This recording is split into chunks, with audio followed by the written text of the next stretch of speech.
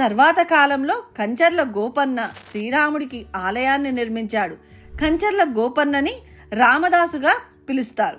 రామదాసు అప్పటి ప్రభువైన తానీషా దగ్గర తహసీల్దార్గా పనిచేసేవాడు.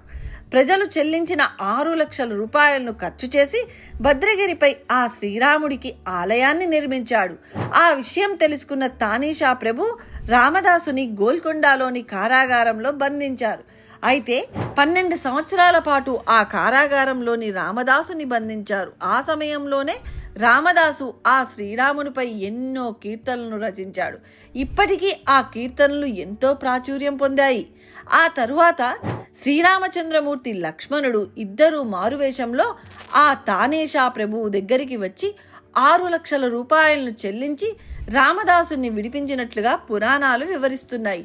రామదాసు గొప్ప రామభక్తుడు అని తెలుసుకొని స్వయంగా ఆ శ్రీరామచంద్రమూర్తి రామదాసు కోసం వచ్చాడని గ్రహించి తన తప్పును తెలుసుకొని 6 లక్షల రూపాయలను రామదాసుకి తిరిగి ఇవ్వబోయారు. కానీ రామదాసు దానిని తిరస్కరించి శ్రీరాముని గుర్తుగా 2 మోహిరీలను మాత్రమే తీసుకుంటాడు.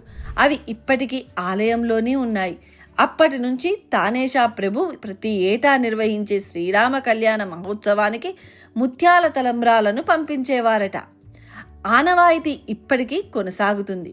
రాష్ట్ర ప్రభుత్వం ప్రతి ఏటా పట్టుబట్టలు, ముత్యాల తలంబ్రాలు శ్రీరామ కళ్యాణ మహోత్సవానికి పంపిస్తూ ఉంటారు. ఇది భద్రాచలం ఆలయ చరిత్ర.